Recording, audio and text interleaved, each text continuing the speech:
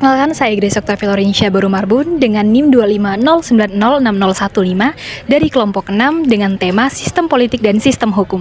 Perkenalkan, nama aku Lala Valentin Hasibuan dengan NIM 250906107. Saya Abdul Fahri Gunawan Ginting dengan NIM 250906057. Nama saya Danindra Cakra Valebisendra dengan NIM 250906019. Di sini kami dari kelompok 6 akan menampilkan video reportase kami dengan tema sistem politik dan sistem hukum.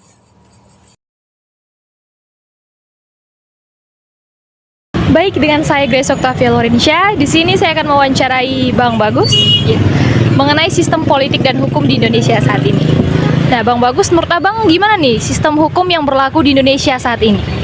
Hukum yang berlaku tuh masih kurang menurut saya, karena yang berkuasa lebih mementingkan kuasanya daripada menengok masyarakat yang di bawahnya, menurut saya.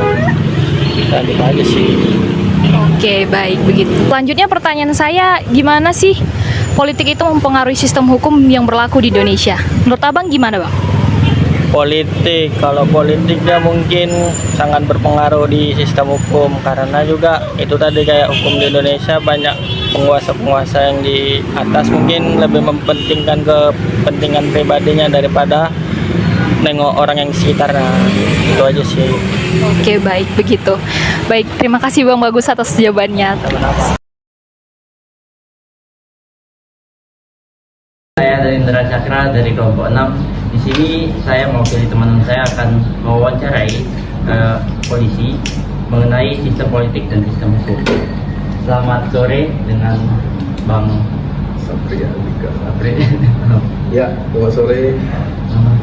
Nama lengkap Bribka Sapri Andika Rahmat. Ya. Jadi di sini saya ada beberapa pertanyaan, Bang. Ya. Yang pertama, apakah sistem politik dan sistem hukum di Indonesia sudah cukup baik? Bagi saya, sistem politik dan sistem hukum di Indonesia ini sudah baik dan saling sinkron, di mana politik saat ini secara nasional signifikan masih dalam keadaan stabil, dan sistem hukum baik-baik saja. Baik.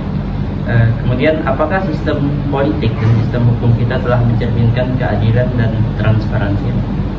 Ya, kita lihat dari segi transparansi pada bidang hukum, itu kita lihat dari kepolisian ada namanya survei kepada masyarakat. Jadi situ ada transparansi dalam menindaklanjuti tindak pidana yang ditangani oleh pihak kepolisian. Kita di situ ada sistem aplikasi yang disampaikan kepada masyarakat bahwa sampai mana penanganannya. Kemudian, apakah ada yang perlu dibenahi pada sistem politik dan sistem hukum kita? Kalau untuk pembenahan di dalam politik ataupun hukum, dan menurut pribadi saya, di bidang struktur dan kualitas SDM dalam membinangi politik itu harus dibenahi. Karena apa?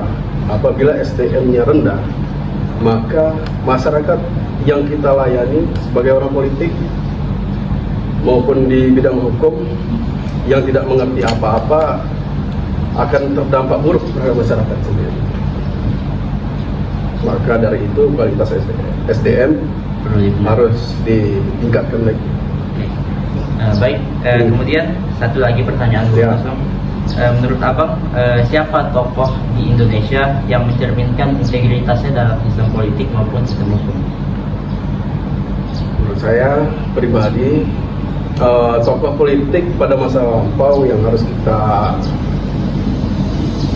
ingat yaitu Bapak Sugeng, mantan Kapolri, yang mana beliau adalah polisi yang sangat jujur, polisi yang sangat mementingkan kepentingan masyarakat sehingga hukum dapat berjalan dan keadilan dapat ditingkatkan dan diterapkan kepada masyarakat.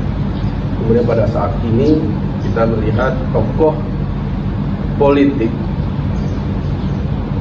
yang mengerti atas hukum dan politik itu adalah Mahfud MD. Beliau adalah guru ataupun profesor yang mendedikasi kepada kita semua. Dia mengerti bagaimana sistem hukum berjalan baik dan politik ini dapat maksimal di Indonesia ini. Baik, terima kasih Ya, Bang terima kasih. Jika sudah menjadi narasumber kami. Mungkin sekian saja untuk wawancara kami dengan polisi. Assalamualaikum warahmatullahi wabarakatuh. Terima kasih ya Bang. Oke nggak? Ya.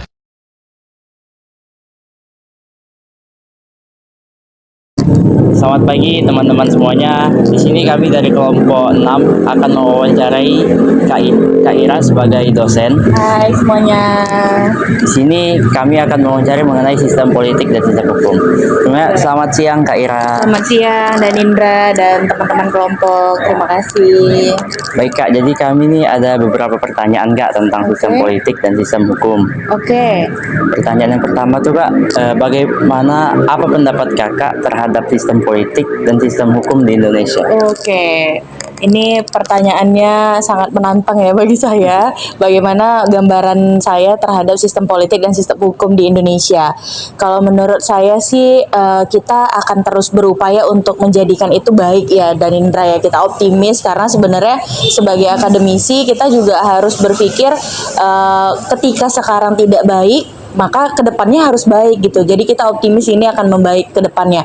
Namun kalau berbicara tentang kondisi sekarang, pandangan Kak Ira, dia tidak people oriented gitu. Jadi people oriented maksudnya adalah ketika sistem hukum berjalan, sistem politik berjalan. Jadi kalau berbicara politik dan hukum itu seperti mata uang logam, yang dia satu punya nilai yang sama, hanya saja sisinya yang berbeda gitu, sisinya berbeda. Nah jadi kalau menurut pandangan Kak Ira, pelaksanaannya, sistem berjalannya itu belum people oriented aja, belum berfokus kepada bagaimana kondisi masyarakat kita yang beragam, bagaimana penyelesaian masalah yang beragam, dan ya belum aja gitu tentang people oriented. Tapi kalau optimismenya ya kita berjalan untuk arah yang baik.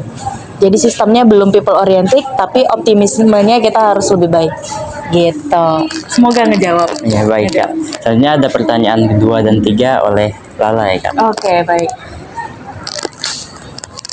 Nah, pertanyaan yang kedua itu Kak, apakah sistem politik dan sistem hukum di negara kita telah menunjukkan keadilan, kejujuran, dan transparansi Kak? Oke, kalau berbicara tentang sistem hukum kita, apakah sudah menunjukkan keadilan, apalagi tadi kejujuran maupun transparansi. Sebenarnya kalau itu kan perlu kita kaji lebih dalam ya. Sebenarnya makna transparansi itu harus seperti apa sih? Apakah seluruh kasus yang diselidiki oleh tim hukum ataupun bahkan penegak keadilan itu sendiri itu harus dipampang nyatakan ke masyarakat, atau masyarakat akan mudah mengaksesnya. Kalau sampai pada tahap itu dapat dikatakan sebagai transparansi, maka menurut Kak Ira belum.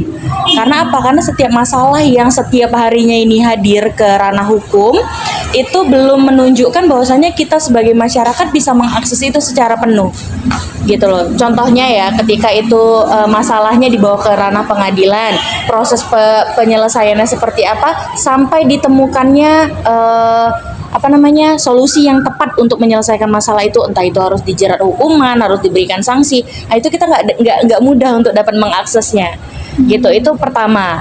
Lalu kalau misal berbicara tentang keadilan dan kejujuran, itu menurut Kak Ira adalah hukum kita ini tuh masih kayak apa ya, mungkin bahasa yang mudah untuk kalian pahami itu tumpang tindih. Jadi ketika kita berbicara tentang hukum, ada pelaku sama ada yang korban, dua ini tuh masih tetap dapat dilindungi dari segi hukum loh, dua-duanya. Jadi bukan hanya pelaku bukan hanya korban yang dilindungi hukum, tapi pelakunya juga gitu. Jadi sehingga dua-duanya ini tuh dapat diproses, dan kita nggak tahu keadilan dan kejujurannya letaknya di mana gitu. Jadi itu mungkin yang akan kita harus kaji lebih dalam lagi, dan mumpung kalian sedang belajar ini, Kak Ira rasa itu yang dapat dapat kalian lihat sisinya ketika berbicara tentang politik hukum berada dalam satu mata uang yang sama, Tapi ketika terjadi, baik korban, baik pelaku, dia punya hak yang sama dalam perlindungan. Jadi keadilan atau kejujurannya kita nggak tahu, tapi kita bisa lihat di mana mereka berjalan. Gitu. Pertanyaan ketiga itu, apa kendala yang harus diperbaiki pada sistem politik dan sistem hukum di Indonesia kita? Oh, kendalanya nih yang perlu diperbaiki menurut pandangan Kak Ira secara pribadi, kendalanya adalah kita harus stop menormalisasikan hal yang yang mungkin justru hukum dilanggar hukum gitu. Contohnya gini, ketika kita mau menyelesaikan suatu permasalahan hukum, kita tahu sanksinya akan terjadi seperti apa. Lalu kita punya nih yang namanya pembela ya, seperti pengacara atau apapun lah, atau bahkan butir hukumnya yang dapat melindungi kita. Ketika itu tahu ada poin tersebut, maka kita memberlakukan praktik hukum yang tidak benar. Contoh ya seperti suap, korupsi, kan itu kan perilaku yang nggak baik kan. Jadi menurut Kak Ira, perbaikan yang perlu kita lakukan adalah kita stop menormalisasikan untuk hukum itu dapat dilanggar dengan hukumnya lagi juga gitu. Jadi hukum harusnya ya ditegakkan sebagaimana hukumnya aja gitu. Jadi misal regulasinya mengatakan sistemnya seperti apa, hukumnya beserta butir-butirnya juga menyatakan seperti apa, proseduralnya itu yang harus kita perbaiki. Jadi dalam melaksanakan prosedurnya nggak ada lagi suap, nggak ada lagi salaman di bawah meja, nggak ada lagi omong-omong yang menjanjikan ke depannya kamu akan saya tolong ini. Nah, itu kan praktik yang harus kita hindari kan. Itu yang harus kita perbaiki. Itu yang harus kita stop untuk normalisasi dalam penegakan politik dan hukum di negara ini. Menurut Kak Ira. Terima kasih Kak. Pertanyaan selanjutnya akan dilanjutkan oleh Oke, boleh. Untuk pertanyaan selanjutnya Kak, menurut Kakak siapa tokoh Indonesia yang memiliki integritas dalam politik dan hukum Kak? Oke, terima kasih. Jadi kalau misalnya ditanya siapa tokoh Indonesia yang maksudnya ini dia baik dalam menerapkan politik dan hukum atau enggak, kan Kak Ira kurang ya. Tapi kalau misalnya melihat pemikiran, buah pikir, dan bagaimana dia tampil untuk menegakkan politik dan hukum, itu Kak Ira Mahfud MD. Karena menurut Kak Ira beliau adalah bapak politik hukum ya. Karena berbicara hukum dengan hukumnya itu sendiri kan itu beda dengan kita berbicara pakar dari politik hukum. Karena ketika politik hukum ada dua unsur yang menyatu dalam satu kesatuan pembahasan, yaitu politik dan hukum. Tapi kalau hukum sendiri kan dia berjalan sendiri hukumnya gitu. Nah, jadi kalau pandangan Kak Ira melihat berbagai tulisan-tulisan beliau, melihat bagaimana beliau ketika di ranah legislatif, kan kita trias politika. Ketika beliau datang ke legislatif, dia tuh berbicara dengan tegas bahwasanya politik dan hukum yang berjalan bareng ini itu harus ditegakkannya ideal seperti ini ya gitu. Jadi Kak Ira menurut pandangannya ya Mahfud MD bisa dijadikan sebagai contoh tokoh yang oke dalam pembahasan politik dan hukum. Nanti kalian coba cari-cari deh tulisan-tulisan beliau dan cuitan-cuitannya beliau gitu. Nah, untuk pertanyaan yang terakhir Kak, apa pesan-pesan Kakak untuk kami sebagai mahasiswa dalam memandang sistem politik hukum di Indonesia Kak? Oke. Menurut Kak Ira sebagai mahasiswa, ini yang harus kita pelajari sama-sama. Kenapa kalian dituntut untuk belajar? Karena kita ini tuh kalau berbicara tentang teori akan selalu mengajarkan kebaikan. Teorinya tuh selalu memiliki output yang jelas. Tapi ketika praktiknya seringkali bertimpang dengan teori yang mengatakannya. Jadi pesan Kak Ira buat mahasiswa, jangan takut untuk dikatakan teori mulu, kebanyakan teori gitu kan. Justru disitulah posisi kalian yang belajar dengan formal di program studi ilmu politik. Jangan takut untuk dibilang kebanyakan teori. Karena apa? Karena teorinya idealnya bilang apa, dan praktik kalian bisa jadi salah karena teorinya nggak sesuai gitu. Jadi akan ada banyak kasus kedepannya yang kalian lihat, dalemin teorinya, karena kedepannya bisa jadi kasus tersebut selesai karena teorinya diterapkan dengan tepat gitu. Terima kasih. Baik. banyak ya. Ya, sama-sama.